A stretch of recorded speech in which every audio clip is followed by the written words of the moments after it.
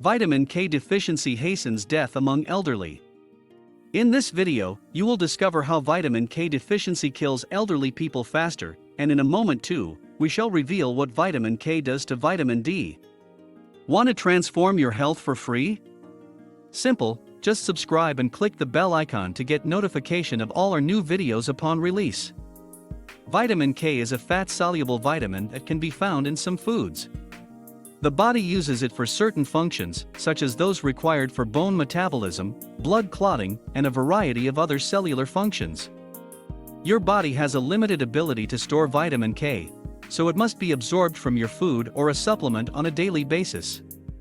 It's also recycled within your system, optimizing its benefits. Several different medications, such as antibiotics, weight loss drugs, cholesterol medications and the blood thinner warfarin, may interfere with its absorption and therefore affect blood clotting. Vitamin K is distributed throughout the body, including in your brain, heart, bones, and liver.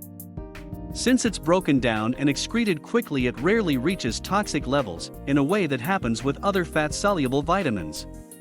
Since the vitamin is crucial to several bodily functions, it's not surprising to learn that if you don't get enough every day, on a daily basis, you could be at risk for an earlier death.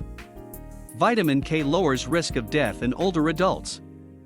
Recently, a paper was published in the American Journal of Clinical Nutrition by a team that investigated the vitamin K-dependent proteins that may affect atherosclerosis, which is the stiffness and calcification of the arterial vessels. The aim of the investigation was to determine if there was an association between circulating vitamin K, cardiovascular disease, and all-cause mortality. The study was carried out at Tufts University and led by Kyla Shea, who commented, "The possibility that vitamin K is linked to heart disease and mortality is based on our knowledge about proteins in vascular tissue that require vitamin K to function. These proteins help prevent calcium from building up in artery walls, and without enough vitamin K, they are less functional." The researchers gathered data from 3 science databases, including the Framingham Offspring Study. The participants had circulating vitamin K1, phylloquinone, measured, and each person either had some type of heart event or they died. There were 3,891 men and women with 858 heart events, and 1,209 deaths over 13 years. Interestingly, although vitamin K is associated with vascular health, the data did not show an association between low vitamin K and cardiovascular disease (CVD). However, there was a link between low levels and all-cause mortality. They found a 19% increased risk of all-cause mortality in those with the lowest serum levels of vitamin K. Since the study was observational, the scientists could not establish a causal link, yet the data fit with what we know about the function of vitamin K in the body.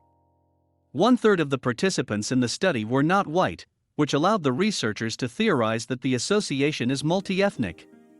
Dr. Daniel Weiner, nephrologist from Tufts Medical Center, explained the association between stiff arteries and CVD. Similar to when a rubber band dries out and loses its elasticity, when veins and arteries are calcified, blood pumps less efficiently, causing a variety of complications. That is why measuring risk of death, in a study such as this, may better capture the spectrum of events associated with worsening vascular health. Vitamin K, the basics.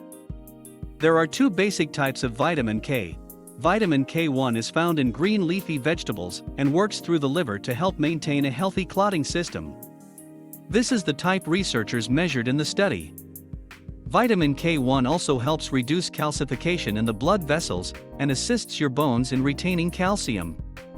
Vitamin K2, menaquinone, is produced by bacteria in your gut and can be found in some animal products and fermented foods, particularly cheese and natto. This is the one that helps activate vitamin D and move calcium out of the arterial system and into your bones and teeth. There are also several different forms of vitamin K2. They are named for the length of the chemical chain, beginning with the letter M for menaquinone.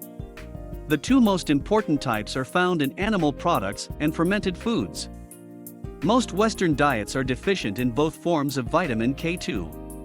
In one study, researchers sought to compare the effectiveness of giving supplements of these 2 types, MK4 and MK7, to healthy women.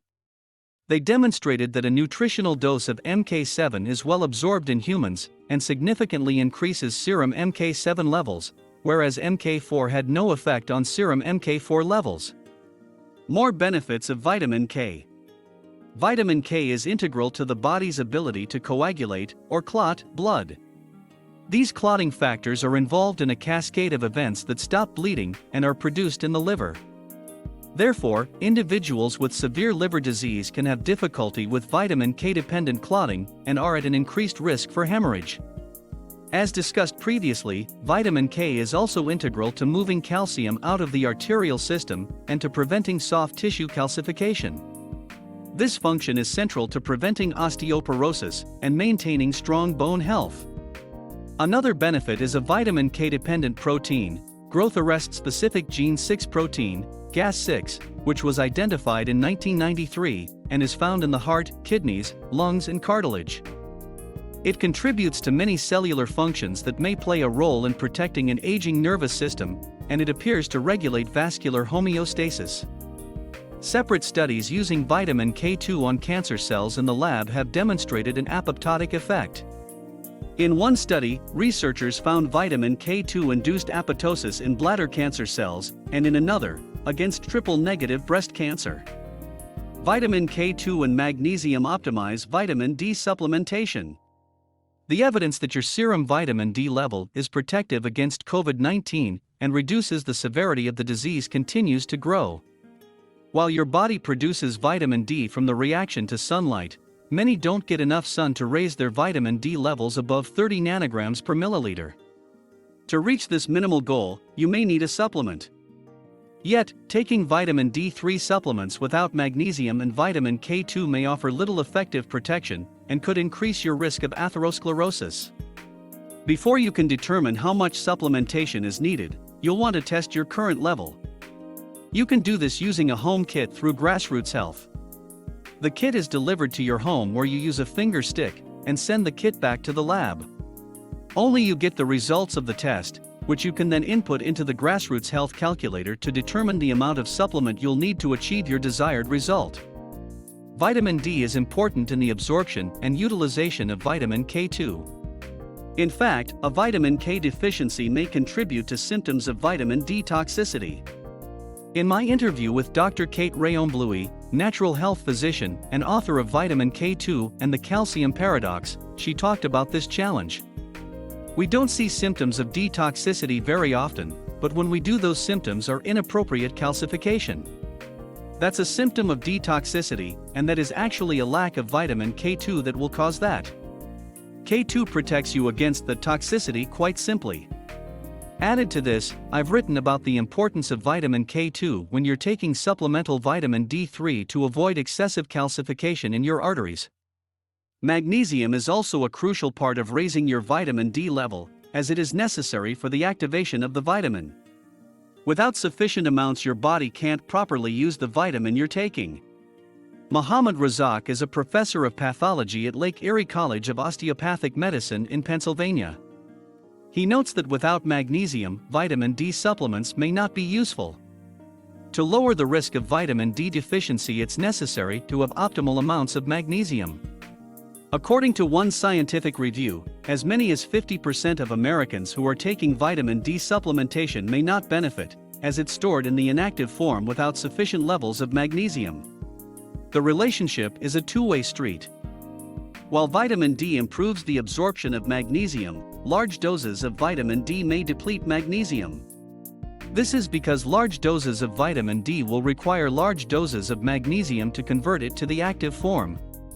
Grassroots Health published research that was based on data from nearly 3,000 people showing you must take 244% more vitamin D if you aren't also taking a magnesium and vitamin K2 supplement. Practically speaking, this means when you take all three in combination, you'll need far less vitamin D to achieve a healthy level. According to researchers, those taking both supplemental magnesium and vitamin K2 have a higher vitamin D level for any given vitamin D intake amount than those taking either supplemental magnesium or vitamin K2 or neither. Consider supplementing with magnesium and vitamin K2. There are several forms of magnesium. In each form, the magnesium is bound to another molecule. Some forms have compounds that serve other functions in the body, as you'll find an NYC doctor highlights importance of vitamin D optimization. 1. Magnesium glycinate, a powder with low solubility. Glycine is an important amino acid and precursor for glutathione. 2. Ionic magnesium found in molecular hydrogen tablets. Each water-soluble tablet has about 80 mg of highly bioavailable unbound magnesium ions, which is about 20% of the recommended daily allowance. 3. Magnesium threonate is another excellent choice, as it seems it can efficiently penetrate the blood-brain barrier. 4. Magnesium malate, which dissolves well in water. Malate is an intermediary in the Krebs cycle, so it likely contributes to ATP production. 5. Magnesium citrate also dissolves well and has a pleasant citric acid taste. Since most people eating a Western diet are deficient in vitamin K2 and the vitamin is quickly used and excreted, it's important to either change the foods you eat or consider supplementation. As noted in the featured study, those with higher levels of vitamin K have a lower risk of death. It can be difficult to tell if you're getting enough vitamin K, as there's no easy way to screen or test for vitamin K2 sufficiency. Click the link below to read the free article.